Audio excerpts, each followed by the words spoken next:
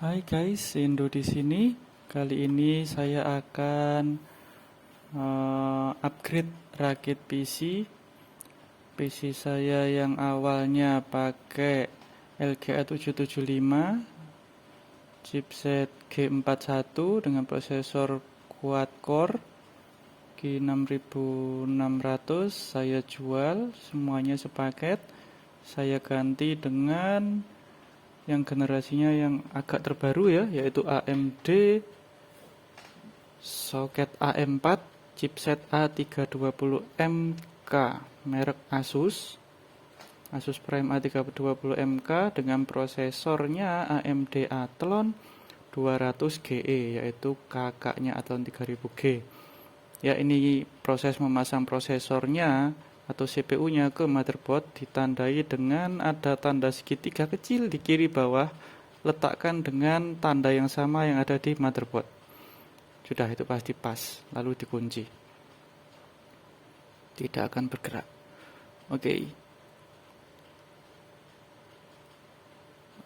sepaket motherboard dan prosesor beserta CPU fan ini saya dapat dengan harga 1.300.000 pada akhir April.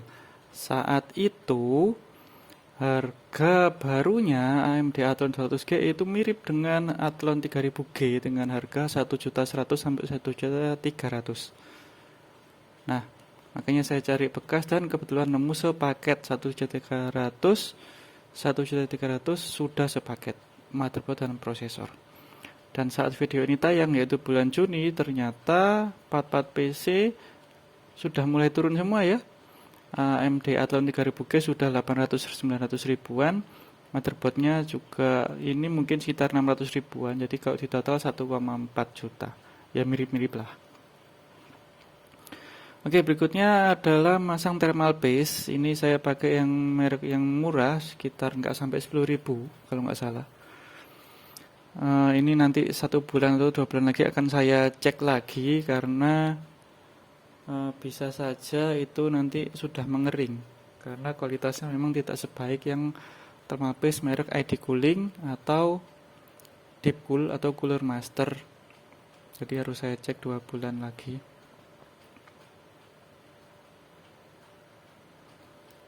Oke, saya pakai pola menyilang gitu ya, karena setelah saya lihat dari beberapa review, pola menyilang adalah pola yang paling menyebar, paling sempurna ya.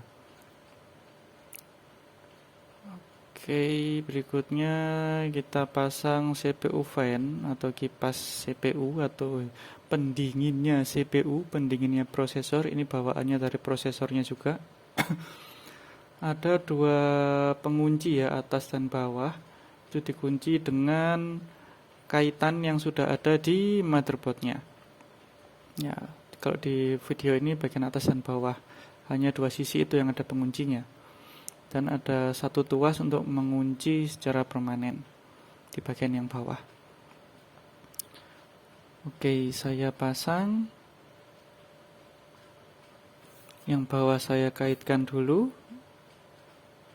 Seperti cantolan gitu ya, dicantolkan ke bawah ke motherboardnya.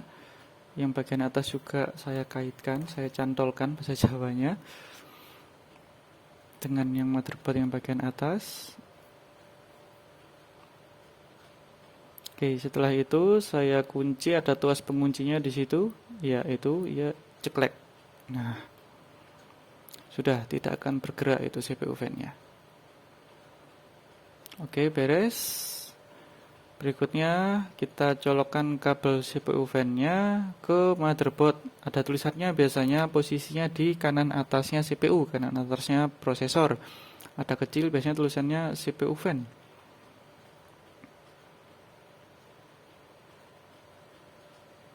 Oke, kita pasang dan usahakan kabelnya jangan sampai masuk ke dalam fan-nya. Jadi harus dilewatkan di luar fan-nya. Biasanya ada semacam sela sedikit untuk menyelipkan kabelnya.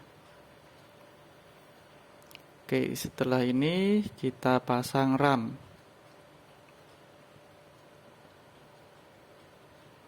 Oke, di sini saya pakai RAM merek Kingston 1 keping 8 GB kecepatan 2666 MHz. Sebenarnya bisa 2 kali 4 GB, harganya mirip-mirip. Cuma kedepannya saya ingin pakai total 16 GB, yaitu 2 kali 8 GB. Jadi saya beli satu keping dulu karena budget ya. Satu keping dulu. Harganya kalau nggak salah 420-an, 420.000. Saat itu saya beli April akhir.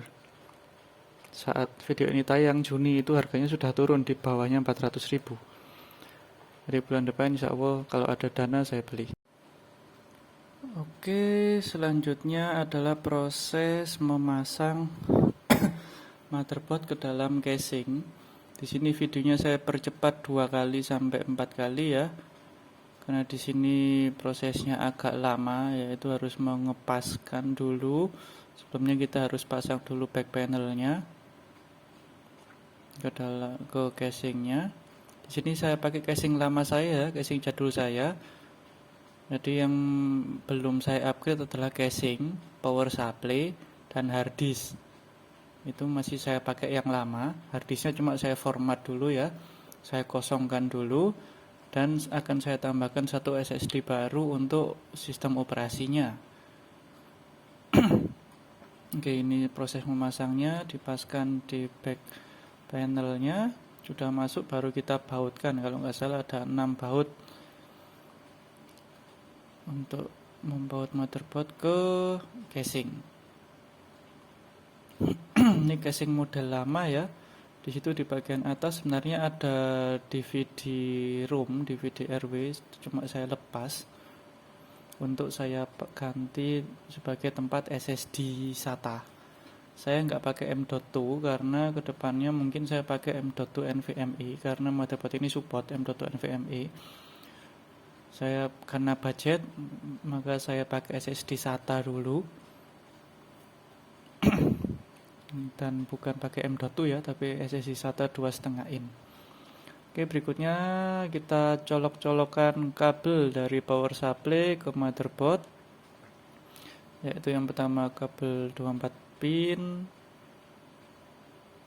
Nah, di sini saya pasang SSD-nya. Ini masih saya cari tempatnya di mana yang cocoknya ini. Akhirnya di atas ya nanti. Nah, ini masih saya cari di mana ini bautkannya. Akhirnya ketemu di bagian atas. Agak ribet ini. Ini PSU-nya masih PSU jadul saya, yaitu pakai RC 500 watt, belum 80 plus sepertinya.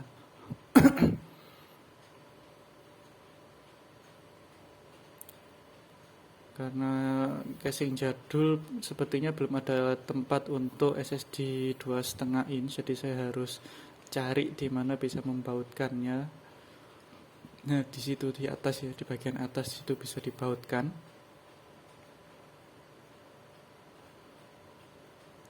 Oke, sekarang saya pasang kabel-kabel dari power supply-nya. Saya rapikan dulu.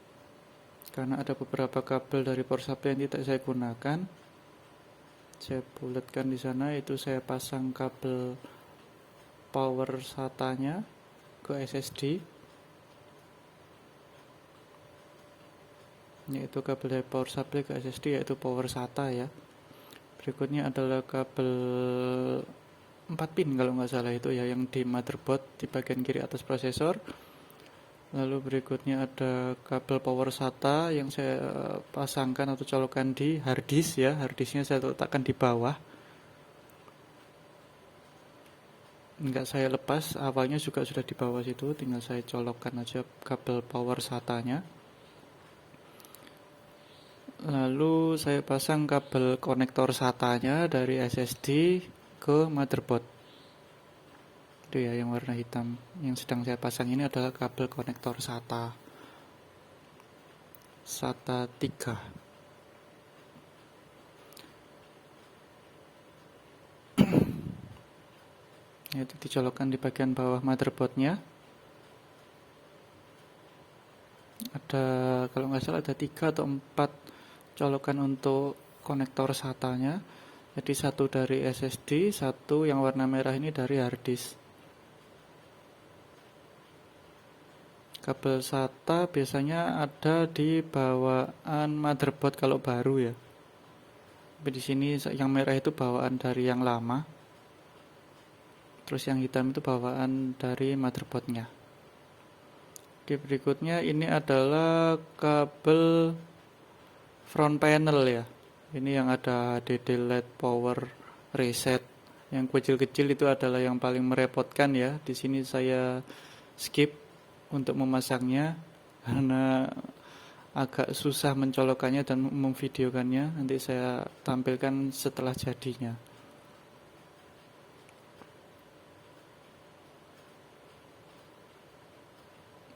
Oke.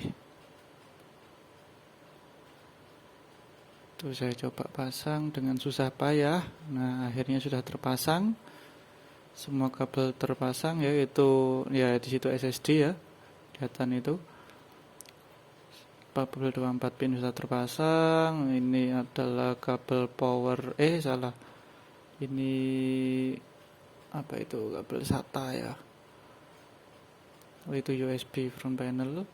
Ini adalah kabel front panel yang HDD LED reset power. Sudah terpasang. Oke. Oke, ini adalah hasil jadinya. Ya, itu adalah tampilannya. Ya, lumayan tidak begitu enak dipandang mata ya. Yang penting performanya. Oke, di video berikutnya kita akan proses instalasi sistem operasi Windows. Sampai jumpa.